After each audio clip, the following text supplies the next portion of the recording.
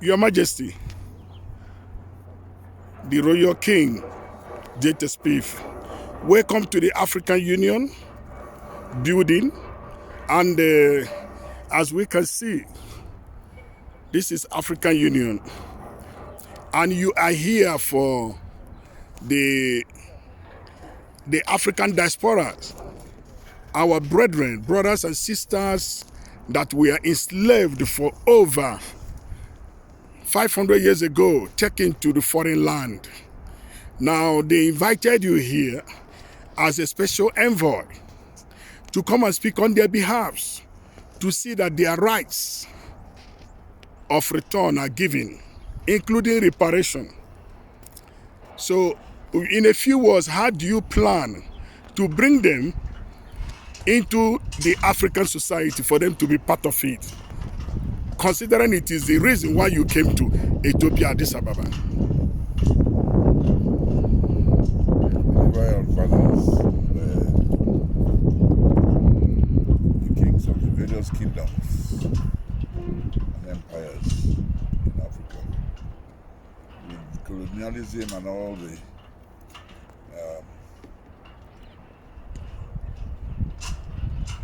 setbacks, we found ourselves being relegated, and our people were taken into slavery. Today, those people have contributed so much to wherever they were taken to, whether it's America, and by their sweat and blood, they have been able to build those places. Their descendants now want to come back home and build their home front. And so it's a two-way thing. While they are anxious to come, we are also looking forward, and we would like to see them come back home and come back to where their roots are. That is enjoying the scene. So from that end, they must push and show clear indication that they are ready to return home.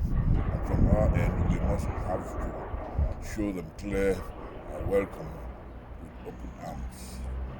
This is the two-way exercise that has brought me here. It's a very interesting edifice. We were actually working on the 100-year development plan for Africa some years ago. It was during that same period that we were able to bring up the idea of AGOA, the African Growth and Development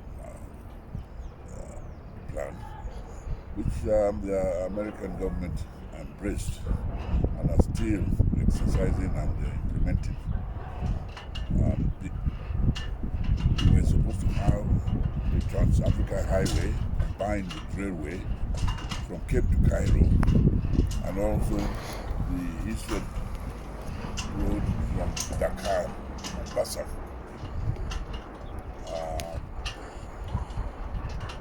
Rail lines, road lines, and 36 deep sea ports were also developed around Africa.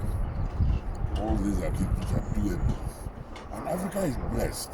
The sun is there throughout the year, from Cancer down to back to Equator and down to Capricorn. It's sunny throughout. Then why are we not using God-given solar power to advantage? We were working on an African-American airline, and all these things are there just waiting to be initiated, actually to be implemented. Africa is like a sleeping beauty, just waiting for the keys of life. That's why we're here. Thank you, sir. Sir, I want to ask you one last question. These diasporans, the African descents, those of them from America, from Europe, from the Caribbean, Oceanic, it has been the cry of their hearts to have a place in Africa, in a country in Africa, which they call a smart diaspora city.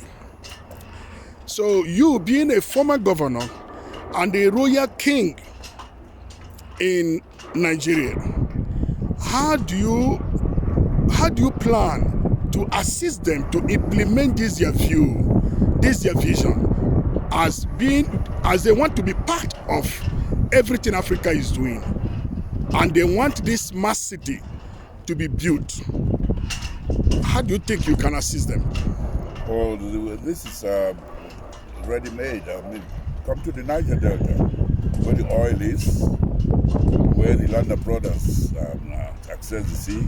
Even Mungo Park was coming from that same direction.